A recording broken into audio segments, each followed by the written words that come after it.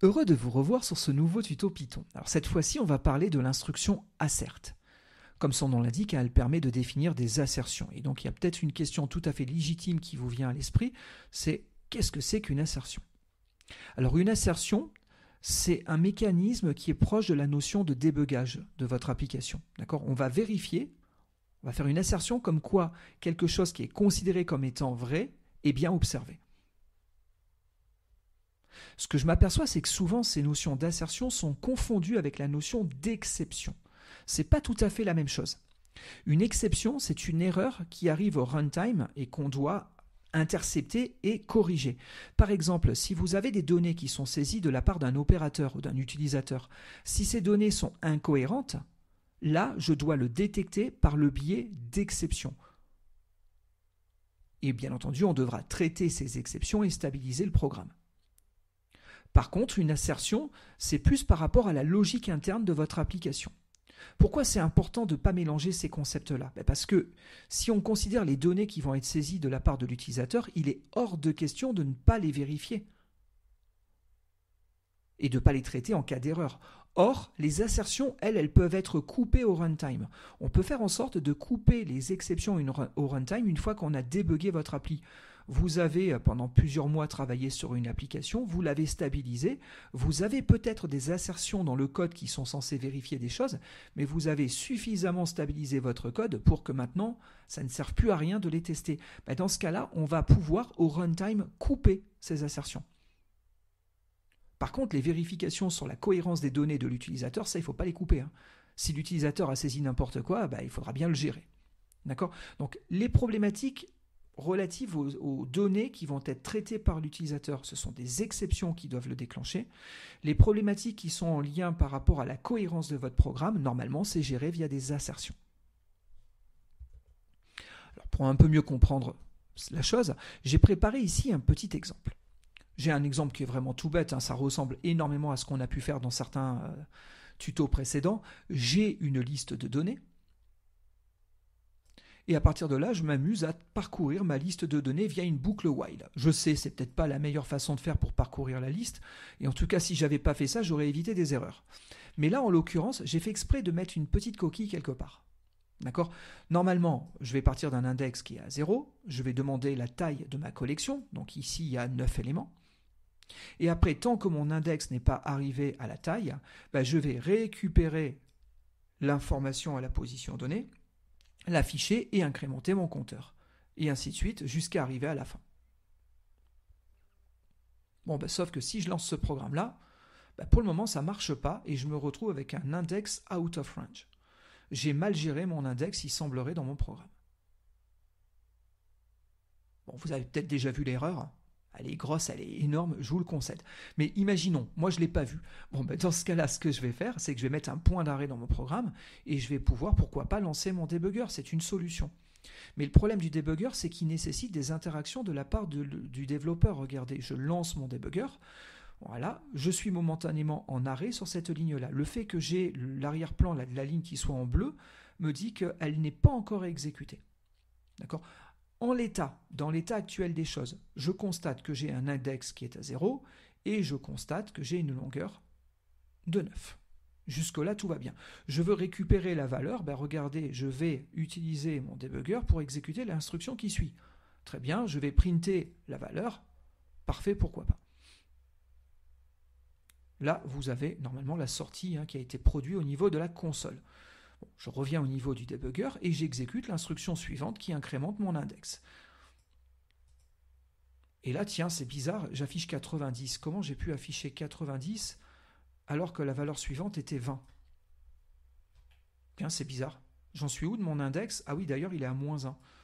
Ah effectivement, j'avais peut-être pas bien vu, mais là, j'ai fait une grosse bêtise. Au lieu d'incrémenter ma variable d'index, je l'ai décrémentée. Mon erreur, elle était là, clairement. D'accord. Le débugger m'a permis de trouver cette information-là. Pourquoi pas? Regardez, je stoppe mon débugger, très bien, et je reviens en mode normal. Ce que j'aurais pu faire aussi, si j'avais pas trop l'habitude de lancer des outils de debug, j'aurais pu plus travailler avec des assertions. Là, j'aurais pu, par exemple, ici, faire un assert, comme quoi ma longueur doit être supérieure à 0. Si jamais ma longueur n'est pas supérieure à 0, dans ce cas-là, je produis le message suivant. Bon, ben là, il n'y a pas de souci. Pour le moment, tout va bien. Ma longueur étant effectivement supérieure à 0. Mon programme se plante tout le temps, toujours. Mais en tout cas, il n'y a rien eu quant à mon assertion. Par contre, regardez, si ici, j'envoie un tableau vide, bon, ben, je vais vérifier l'assertion. Et donc ici, on a une assertion error. Et il me dit, attention, le tableau est vide. Si je n'ai pas mis d'erreur, l'assertion est quand même produite. Hein. Mais dans ce cas-là, il ne me dit rien. Il me dit, il y a une assertion error. Hein, et donc, ça, bah, c'est pas vrai. Je devais avoir la longueur qui est supérieure à 0. Bah, je ne constate pas cet état-là. Pourquoi ? Bah, parce que certainement que ma longueur est momentanément égale à 0.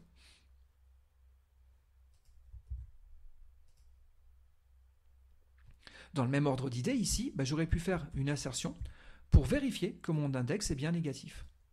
Regardez, je relance mon programme, et là il me dit, mais attention, quoi qu'il est bien positif, excusez-moi. Et il me dit, attention, il y a un problème. Ah oui, non, alors attendez, je vais un peu vite.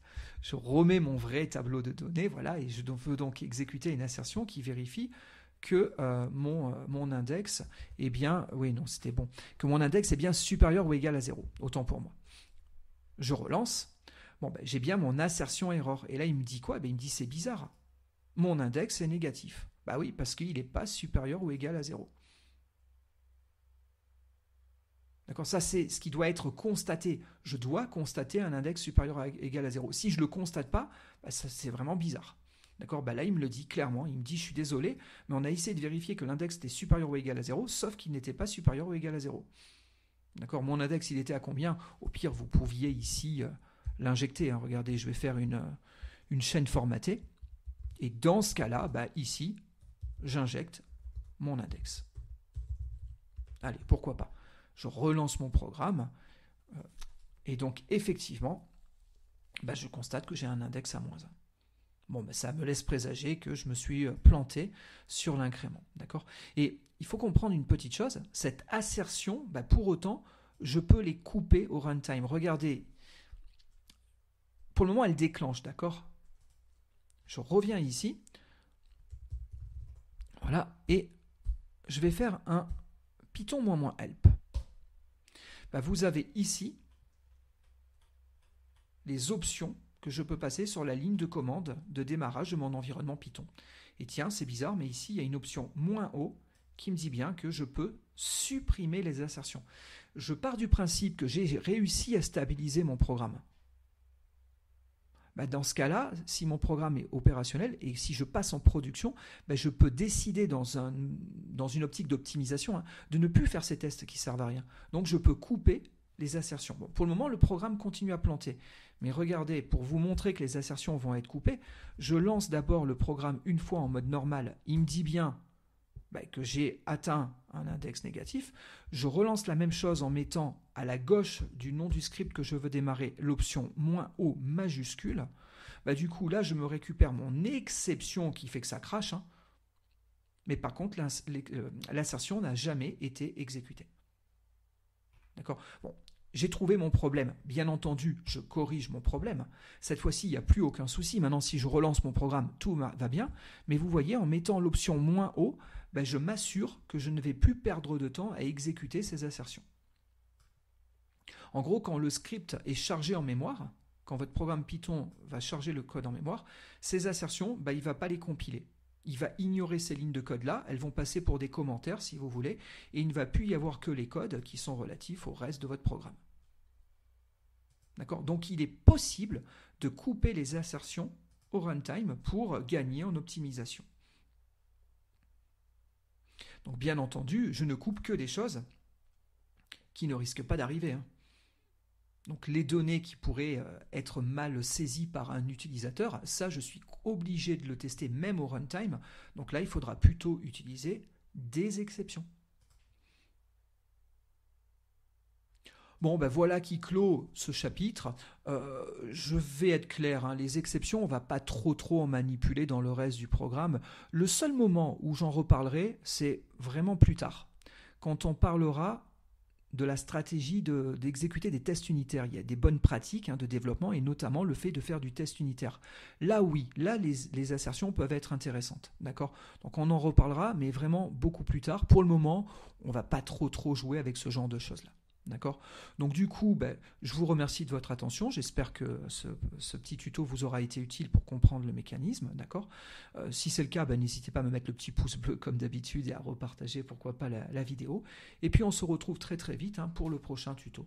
Regardez, je reviens là sur le site cours.fr. Vous allez dans la section Python et dans le tutoriel à ce niveau-là. Et donc, lors du prochain tuto, on a fini le chapitre là sur les instructions. Donc on va parler de fonctions. D'accord ? Et on va commencer par les bases sur les définitions de fonctions en Python. Voilà. Bon, je vous dis à très vite pour ce prochain tuto. Bye!